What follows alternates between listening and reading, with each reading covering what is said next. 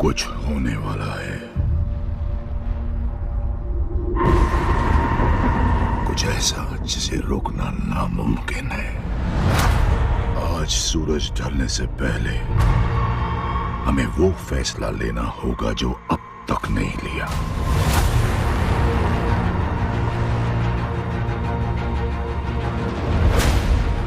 मैंने कई योद्धाओं के साथ मिलकर जंग लड़ी है। वो इतने ताकतवर थे जितने हम सब मिलकर भी नहीं हैं, पर वो मारे गए। वो दुश्मनों का सामना करते हुए मरे। ऐसे खतरनाक दुश्मन जिनसे मैं उतना नहीं डरा जितना मैं इससे डर रहा हूं।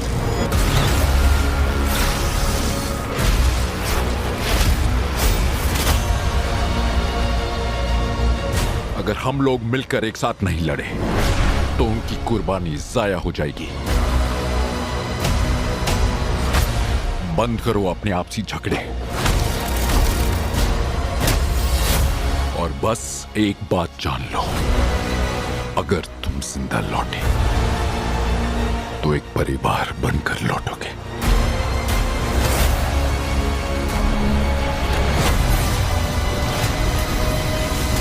पर यह तभी मुमकिन है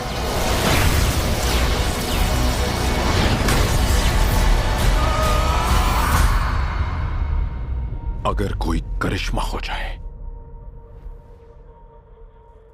क्या हाल है? ये नामुमकिन है।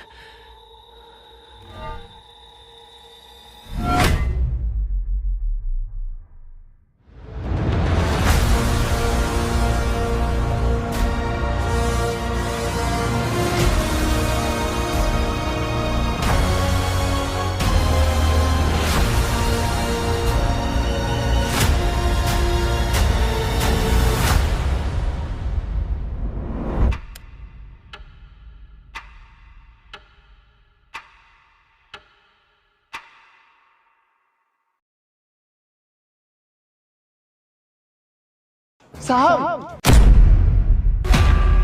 ये आप ही का कार्ड है ना? हाँ, ये आईडी कार्ड तो मेरा है, और तुम्हारे पास कैसे आया? आईडी कार्ड ही नहीं, हमारे पास आपका पूरा का पूरा पर्स ही आ गया है। और ये देखिए, इतना सारा पर्स में पैसा भी है, आप पूरा का पूरा रख लीजिए, आप ही का है। एक भी पैसा हम लिए नहीं है आपका। ये सब तुम्हें कहाँ से मिला और तुम्हारे पास कैसे आया? साहब, वो ना, हम अपनी अम्मा से बात कर रहे थे, तभी हमारी नजर गई आपके पर्स पर। हाँ माँ, हाँ शहर पहुँच गए हैं। हाँ, अब नौकरी लग जाएगी ना तो हम पैसा वैसा गांव में भिजवा देंगे, चिंता मत करो। कोई दिक्कत नहीं है, आराम से पहुँच गए हैं। पर्स? अम्मा, हम बाद में बात करते हैं आपसे, ठीक है? प्रणाम। इसमें पर्स किसका है? इतना सारा पैसा? सारा का सारा पैसा रख लेते हैं? नहीं, ये तो गलत है ना। किसी और का पैसा होगा, हम उसके हक के पैसा रख लेंगे तो भगवान कभी माफ नहीं करेंगे। क्या करें, काम करते हैं। इसमें ये कार्ड है, इस साहब का लगता है घर का पता है।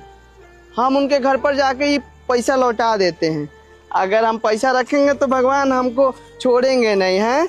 हम गलत नहीं करने देंगे, जाकर लौटा देते हैं। साहब जी, इस पर्स में ना आपका एक कार्ड था, उस कार्ड पर ना आपका घर का पता लिखा हुआ था। हम आपके घर के पते पर भी गए थे, पर वहाँ पर ना ताला बंद था, तो हम पैसा नहीं लौटा पाए, कोई मिला ही नहीं। फिर आप हमको वो गाड़ी पर मिले थे ना, तो गाड़ी के पास हम आपको बताने की कोशिश ही कर रहे थे, पर मैडम तो हमारी बात ही नहीं सुनी।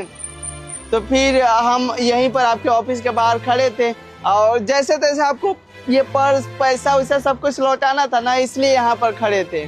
और मैडम जी, सच बताए ना, आप गलत निकली ना। आप बोल रही थी कि चोर चकार, इतना भला बुरा बोल रही थी, पर देख लीजिए, हम ईमानदार इंसान है, चोरी चकारी नहीं करते और बेईमानी नहीं करते, मेहनत का पैसा कमाते हैं। हम बेईमान नहीं हैं। आप जो बोल रही है सब गलत निकला ना। सॉरी तो बहुत आसानी से बोल दी मैडम जी। सॉरी का मतलब माफी करना होता होगा ना।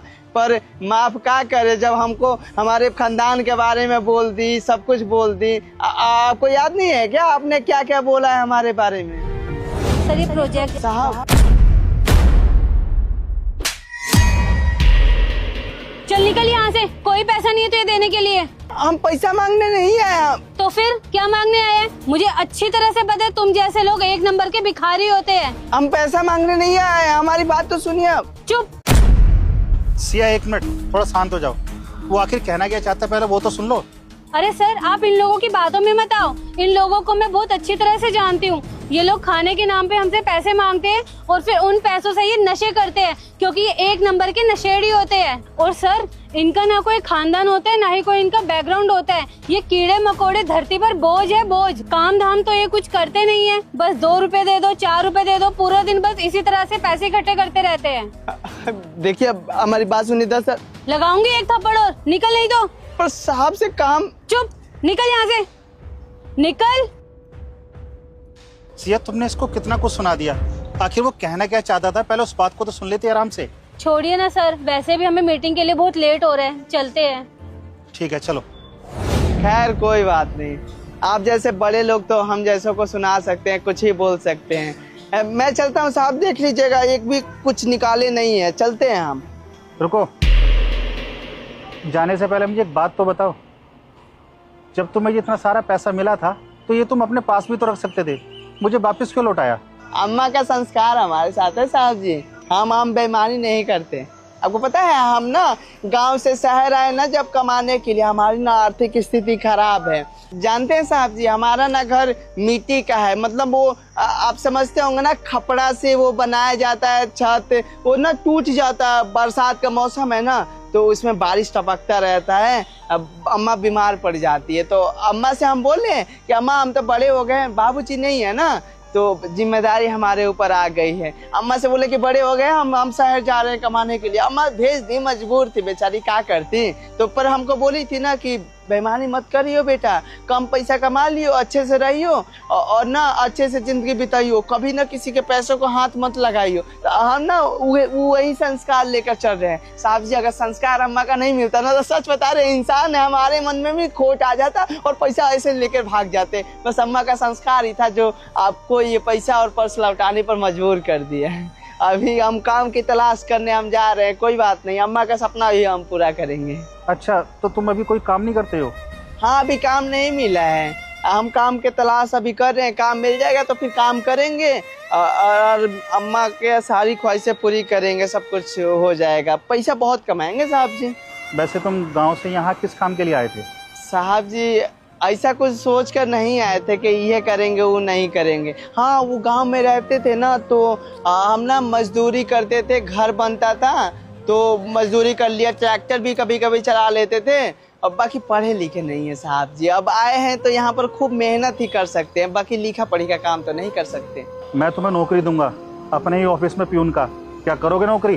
अरे हाँ साहब जी, हम तो काम कर लेंगे, काम की तलाश ही कर रहे हैं, कर लेंगे साहब जी काम। 15,000 सैलरी दूंगा और रहने खाने की व्यवस्था भी दूंगा।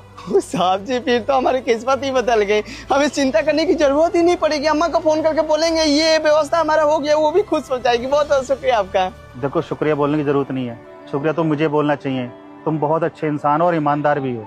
देखो ये हमारे मैनेजर है, बाकी बातें ही आपको समझा देगी। अभी तुम जाकर थोड़ा रेस्ट करो और कपड़े चेंज कर लो, ठीक है? जी साहब जी शुक्रिया। चलो।